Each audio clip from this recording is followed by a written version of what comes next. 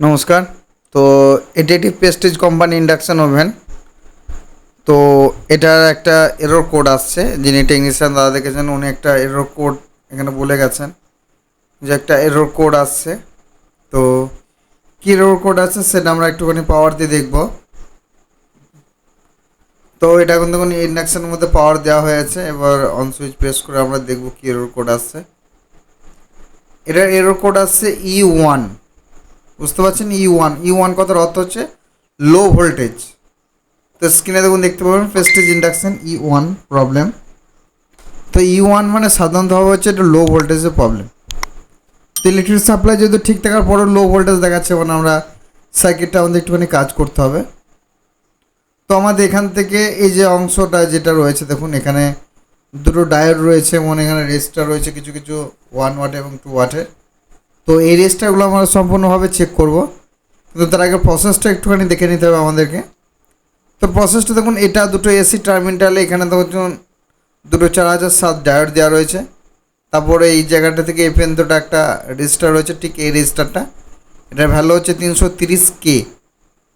দেখতে পাচ্ছেন 330K, ঠিক আছে। এখান থেকে আর একটা রেজিস্টার গিয়েছে এখানে, তো আবার এখান থেকে এখানে একটা রেজিস্টার আছে এইখানে। আচ্ছা, অর্থাৎ এখান থেকে দুটো রেজিস্টার গিয়েছে, এইটা এটা, ঠিক আছে। তো আমরা এই রেজিস্টার দুটোকে আমরা একটুখানি তুলে চেক করব। সার্কিট বোর্ড থেকে একটা পিন জাস্ট তুলে নেব। এই সার্কিট বোর্ডটাতে বেশিরভাগই আপনারা দেখতে পাবেন এইভাবে দুটো রেজিস্টার লাগানো থাকে, একটা রেজিস্টারের পরে দুটো রেজিস্টার আবার লাগানো থাকে। তো সর্বপ্রথম আমরা রেজিস্টারগুলোকে চেক করব। তো দেখুন এই রেজিস্টারটা কোনো রকমভাবে কোনো ভ্যালু শো করছে না, দেখতে পাচ্ছেন এখানে কোনো রেজিস্টারের মধ্যে ভ্যালু শো করছে না এটা। এবার এটাকে আমরা চেক করব। এটা দেখুন দেখাচ্ছে 890K মতন, এবং এই যে রেজিস্টারটা যেটা রয়েছে এটা কোনো রকমভাবে ভ্যালু শো করছে না। বুঝতে পারছেন এখানে এই রেজিস্টারটা কোনো ভ্যালু শো করছে না। তো আমরা এই রেজিস্টারটাকে সর্বপ্রথম তুলে নিচ্ছি এবং সার্কিট বোর্ড থেকে তুলে নেওয়ার পর এটা আমরা একবার একটুখানি চেক করছি। তাহলে দেখুন কোনো রকম কোনো রিডিং নেই, কোনো ভ্যালু দেখাচ্ছে না। এটা নাম্বার হচ্ছে 820K। এবার আমরা সার্কিট বোর্ডটা একটুখানি লক্ষ্য করব। হ্যাঁ, তো একটুখানি ফলো করুন। দেখুন এখানে লেখা রয়েছে 820K, দেখতে পেয়েছেন? তো এই যে রেজিস্টারটা দেখতে পেয়েছেন, তো এই রেজিস্টারটা আমাদের সম্পূর্ণভাবে ওপেন হয়ে গেছে। তো আমরা নতুন একটা রেজিস্টার এখানে ইউজ করব। তো এই রেজিস্টারটার ভ্যালু হচ্ছে 820K, ঠিক আছে। তো আমরা এখানে এই রেজিস্টারটাকে আমরা একটুখানি সোল্ডার করব। তো একটুখানি ওয়েট করতে হবে, আমরা সোল্ডার একটুখানি করে নিচ্ছি।